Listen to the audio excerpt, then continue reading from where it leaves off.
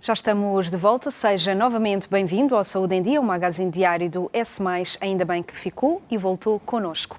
É um público que tem cada vez mais atenção à sua aparência e que por esse motivo recorre cada vez mais à cirurgia estética. Há inclusive determinadas cirurgias e procedimentos direcionados precisamente para o homem. É à cirurgia estética geral e íntima no homem que dedicamos os próximos momentos de conversa. Comigo em estúdio já tenho o Dr. David Rasteiro, médico especialista em cirurgia plástica, a quem agradeço a presença. Seja muito bem-vindo. Muito obrigado pelo convite também. Dr. David, este é de facto um público que tem vindo a crescer. É verdade. Este público masculino está cada vez mais atento a estas tendências e a este tipo de tratamentos, quer as cirurgias, quer os procedimentos estéticos que se fazem em consultório. E, portanto, é um público que tem estado mais aderente às consultas, mais presente, que faz mais questões, inclusivamente através das redes sociais, porque, de facto, estes veículos agora de comunicação, o meu Facebook, o meu Instagram, são sempre formas das pessoas perguntar de uma forma menos presencial, alguma dúvida que tenham. E os homens estão cada vez mais presentes. Estão cada vez mais interessados também na cirurgia estética, ou seja, esta já não é uma preocupação exclusivamente feminina? De todo.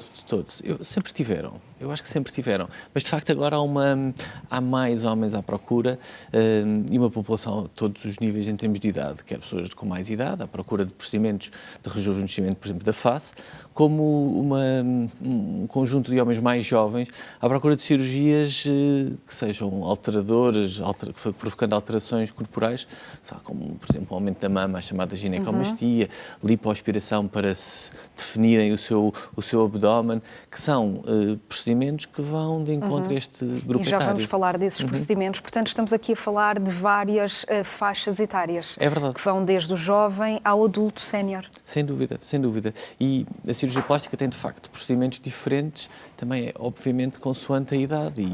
E obviamente, uma pessoa de mais idade fará procedimentos de um determinado tipo e pessoas mais jovens também procedimentos de outra natureza.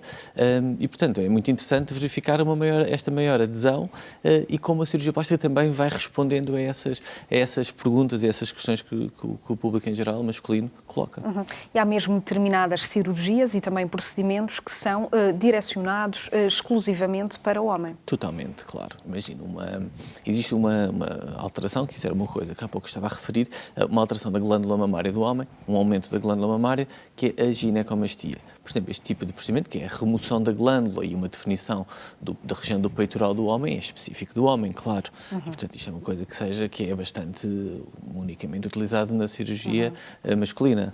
Então falemos dessa cirurgia. É uma cirurgia que, no fundo, reduz esta glândula mamária. Exatamente. Portanto, a ginecomastia define-se como um aumento da glândula mamária no homem. E pode acontecer por vários motivos. Aliás, de uma forma natural, os jovens, as crianças, os pré-adolescentes, ali nos 12, 13 anos, têm um aumento da glândula mamária. A maioria acaba por retrair e desaparecer, mas há uma percentagem que não acontece isso e, portanto, temos ali uma população dos 18, 19 anos que tem um aumento da glândula mamária persistente. Ou seja, esta glândula como que cresce de forma excessiva? Sim, cresce naturalmente, de forma excessiva e não retrai. E ali aos 16, 17 anos torna-se realmente inestético e impede que as pessoas vão à praia. É altamente penalizador. Interfere também com a autoestima do homem? Totalmente. Aliás, eu acho que aqui andam de braço dado, de mão dada, a cirurgia estética e a questão da autoestima, da imagem. Isto é um tipo de cirurgia, um tipo de procedimento que nós fazemos porque não nos sentimos bem com algum pormenor da nossa aparência. E, portanto, tem muito a ver com a nossa autoestima, a forma como olhamos no espelho e nos vemos e ficamos tristes com algum pormenor.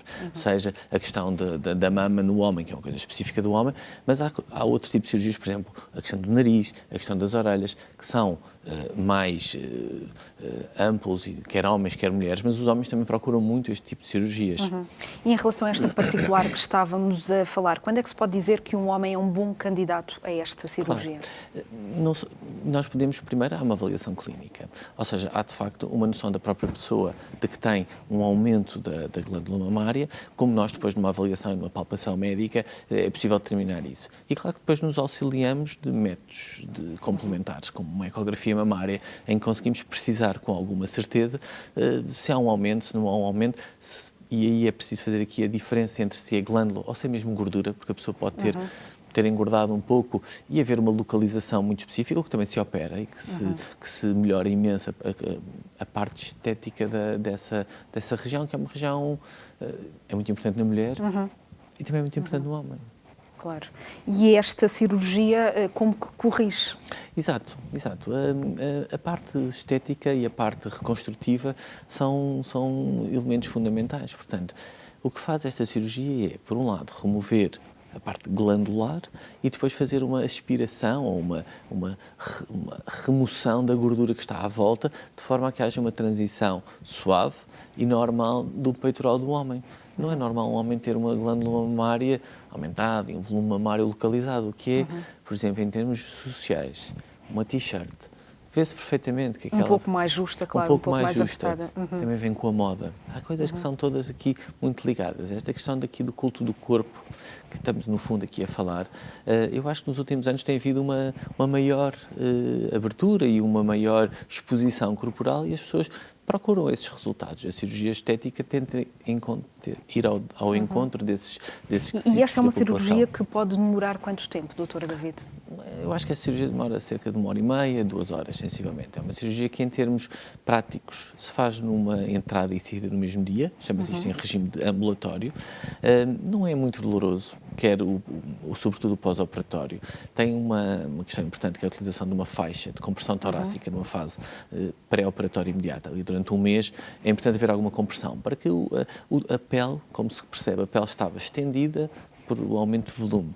Retiramos este volume, a pele tem que retrair, temos que ajudar através de um meio de compressão externo, assim como a questão das drenagens linfáticas, para que a pele se vá toda remodelando e que haja uma boa absorção dos tecidos inflamatórios. E que outros cuidados pós-operatórios, digamos assim? Para além da questão do controle da dor, que é muito importante, que é para as pessoas estarem cómodas, tem que haver algum repouso dos braços nesta fase inicial e, inclusivamente, uma não utilização do ginásio durante um mês. A utilização da faixa é fundamental, assim como as drenagens. As drenagens é um passo que é muito importante. As drenagens são... manuais? Manuais, sim. Às vezes auxiliados por algum tipo de maquinaria para nos permitir uma melhor retração da pele, não existência de fibroses. No entanto, a parte manual, através de uma fisioterapia adequada, eu acho que faz aqui a diferença. E os cuidados antes desta operação, todos os procedimentos, no fundo, e no fundo ver-se o doente, o estado de saúde geral do doente, isto é importante? Isso é importantíssimo. A cirurgia estética deve-se pautar por uma exigência em termos de segurança enorme, porque as pessoas fazem uma cirurgia estética não é que não precisem, mas não fazem por uma estrita necessidade.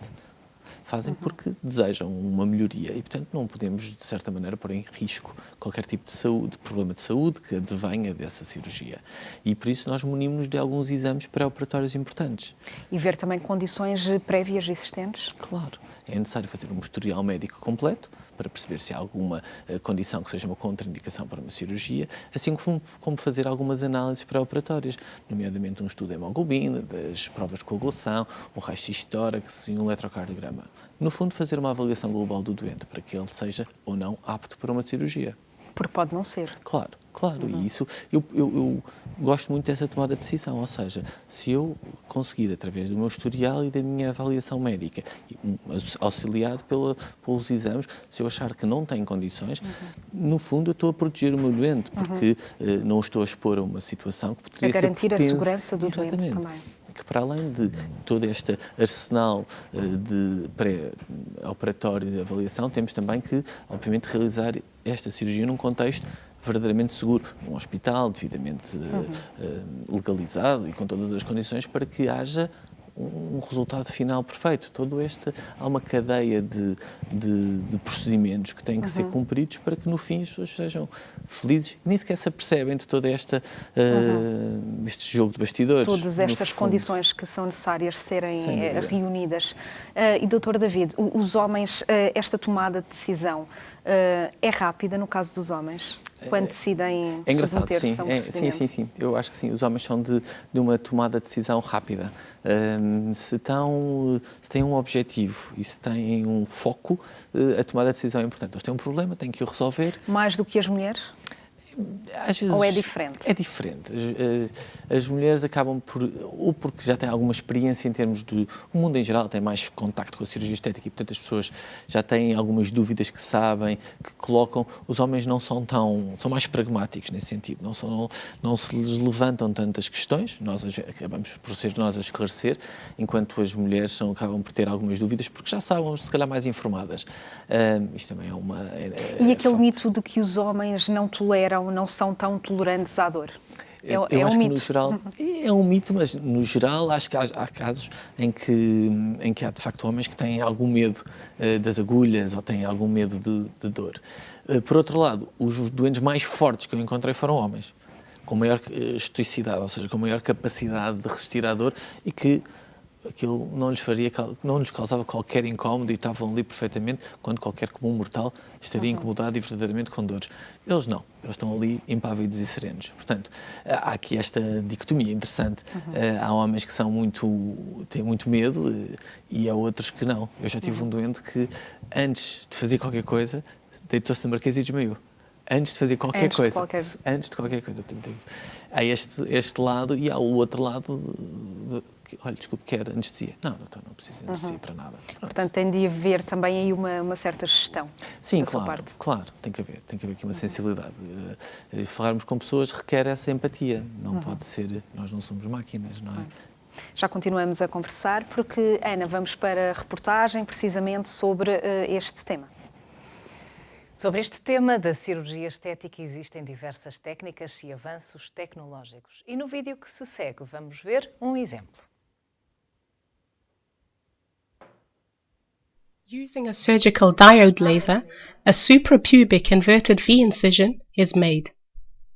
The superficial ligaments are sectioned and the suspensory ligament of the penis is reached. The suspensory ligament is sectioned completely using a laser, causing the penis to slide forward. The result varies in most cases between 2.5 and 4 centimeters. In order to avoid post-surgical scar retraction, an intraflexed suture of the periosteum fascia is performed. Because of this technical detail, the use of a pubocavernous spacer can be avoided, this way inhibiting the use of material foreign to the organism. The operation is completed by suturing the skin with absorbable stitches using the Y-incision technique. The small surgical scar will be hidden by the regrowth of pubic hair. David, acabámos de ver um vídeo sobre outra técnica utilizada aqui de aumento peniano. É uma cirurgia que começa agora a ser procurada? Sim, eu acho que é uma cirurgia que é procurada há muito tempo e que vai tendo alguns desenvolvimentos e alguns apuramentos da técnica que nos permite ter resultados melhores. E, portanto, neste momento somos capazes de ter alguns resultados muito simpáticos, associando esta parte técnica que vimos no vídeo, no aumento e de uma libertação do ligamento, para haver aqui um aumento do comprimento, assim como a utilização da gordura corporal, que está noutra zona do corpo, em que a tratamos e que aumentamos o diâmetro do pênis. E, portanto, temos porque esta aqui... é uma questão sensível para os homens, Dr. David, específica, porque relacionam muito aqui o tamanho com uma questão de masculinidade. Sem dúvida, sim. E, portanto, há aqui alguns casos, há casos realmente que são importantes e que de facto, estes acrescentos de centímetros são muito importantes para o homem e, portanto, é um tema sensível. É um tema que é preciso ter alguma empatia porque nem todas as pessoas não falam de uma forma tão simples como falarão de outro tipo de procedimentos. É preciso ter aqui algum cuidado e alguma... E aqui esta cirurgia pode também, ou seja, também corrigir algum problema funcional mesmo do homem. É sobretudo uma questão estética, não é uma questão funcional. É mais uma questão estética, ou seja, é uma questão da aparência e, portanto, muitas vezes os homens procuram-nos não só pela sua intimidade e, portanto, com o seu companheiro ou companheira, mas também com a questão social, por exemplo, no ginásio. Várias pessoas têm esse síndrome do ginásio, em que não se sentem nada confortáveis, em que se escondem e, portanto, para eles e para a população, portanto, tem aqui uma importante problema psicológico. e que se tenta alterar e modificar com este tipo de cirurgia. E que suponho que tem um impacto positivo posteriormente positivo na vida do homem. Super positivo. Aliás, é muito interessante como a maior parte destas cirurgias estéticas decorrendo com a sua natural sucesso têm um tão bom impacto na vida das pessoas. Estas especificamente, em momentos importantíssimos, mas todas estas cirurgias estéticas têm um impacto muito positivo em termos de autoestima e também depois nas tomadas de decisão e na confiança e na alegria que as pessoas têm. Realmente é muito importante. Esta é uma cirurgia que demora muito tempo. Nós no vídeo vimos uma que recorria, portanto, ao laser. Sim, não sei se faz aqui, desta forma. O laser é aqui apenas um auxiliar, não é fundamental. Esta cirurgia, no cômputo geral, demora 1h30 também. A par da ginecomastia, tem a parte da colheita da gordura, tem a parte da libertação do ligamento e da infiltração da gordura posteriormente.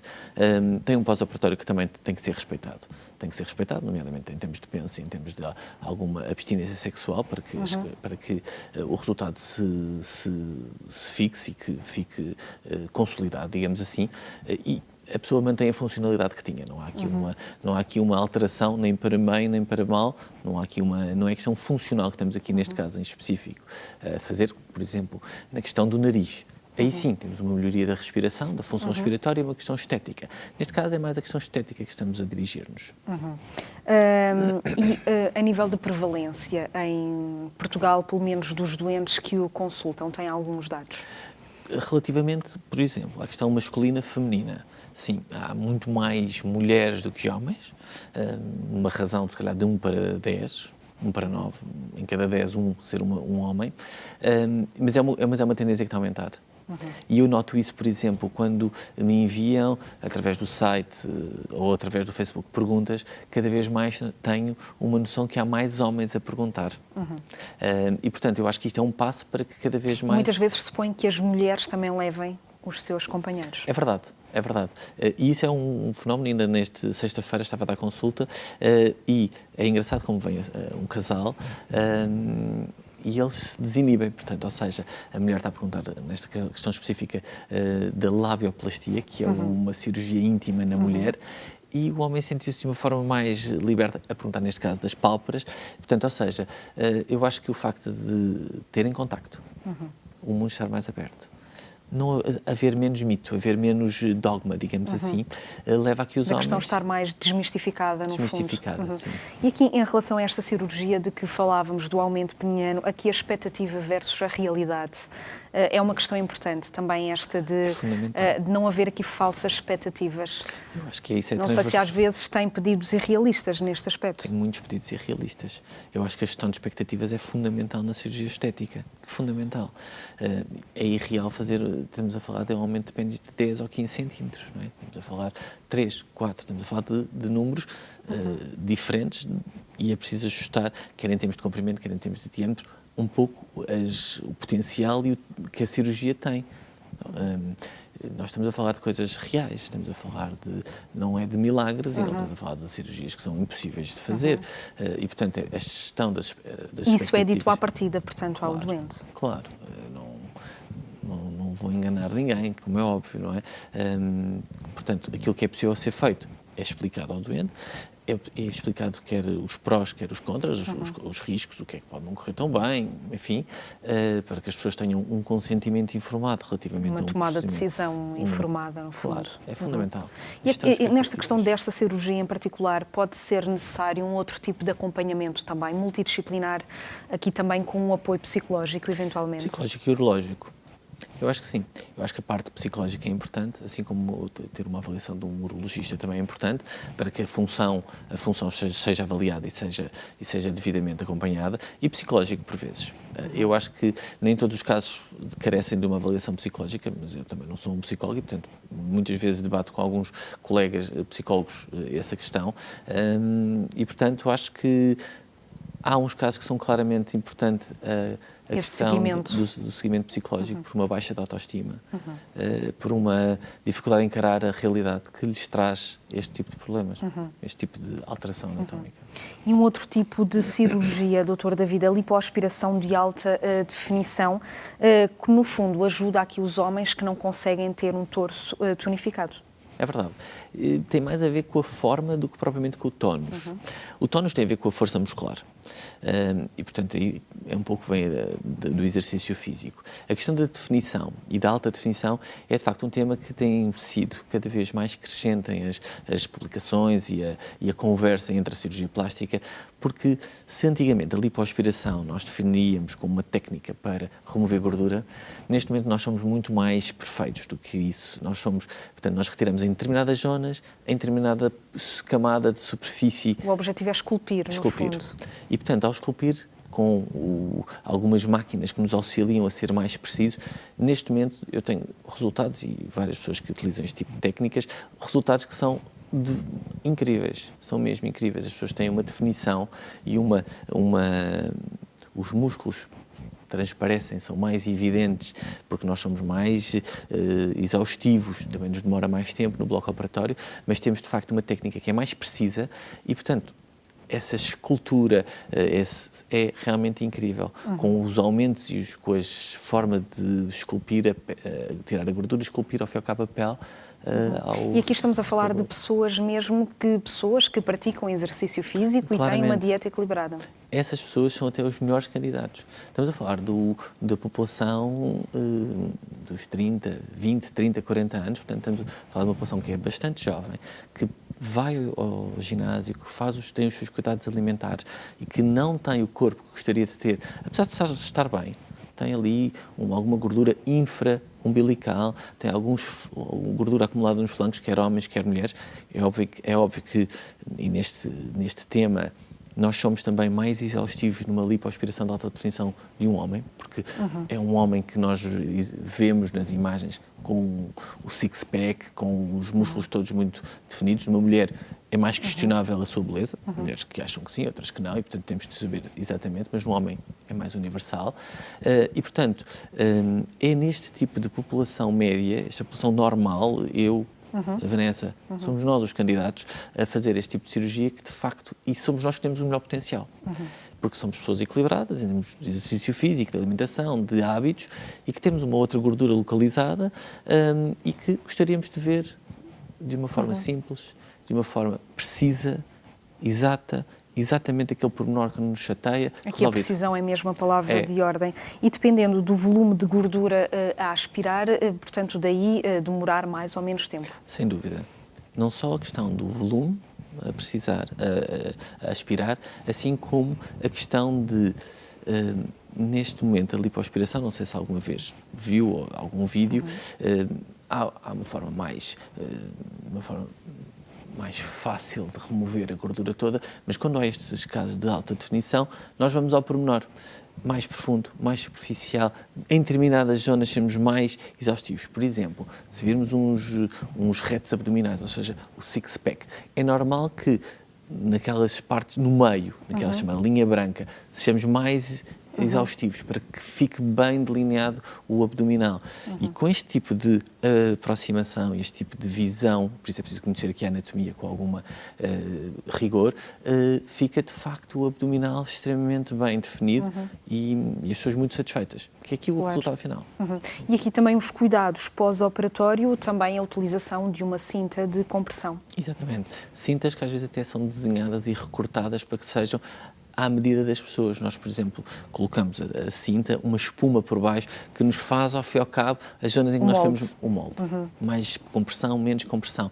E isso é que nos dá estes resultados que são, de facto, e também outras técnicas reafirmantes, suponho. Sem dúvida, claro. Repara, a cirurgia plástica e a lipoaspiração, especificamente, nós, no momento, temos gordura, no momento seguinte, a gordura está fora. E, portanto, não há dúvida, há aqui um 0 e um 1.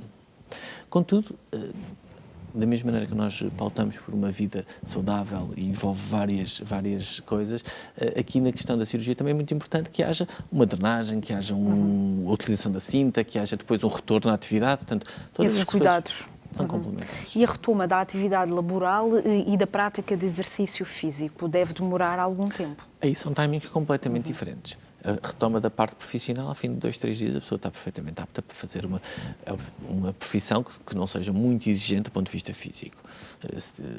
Por exemplo, eu, a dar consultas, acho que estaria completamente apto a fazê-lo passado 2, 3 dias. Se calhar a operar não estaria imediatamente a seguir, porque requer mais alguma atividade física.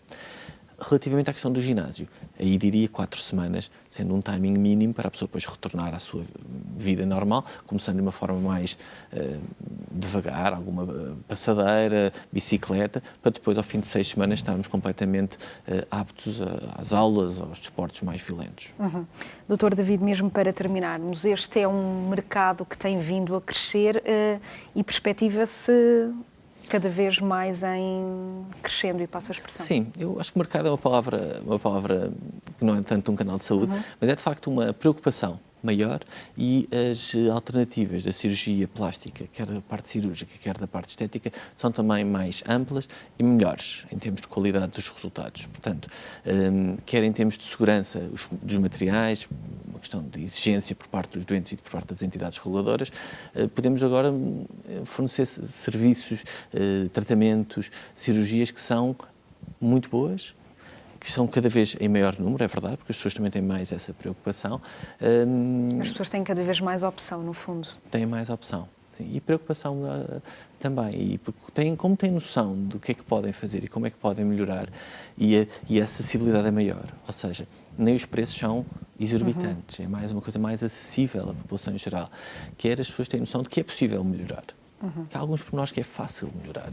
E essa facilidade controlada, a acessibilidade, faz com que de facto haja um maior número de pessoas. Já não há aquele estigma associado à pessoa que fez algum procedimento? Eu acho que isso é uma...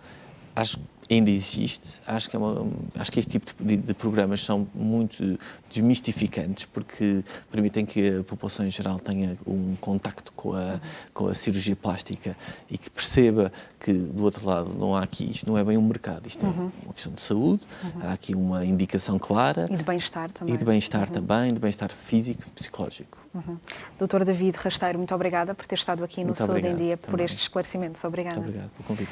E é desta forma que seguimos para novo intervalo. Fique e volte connosco.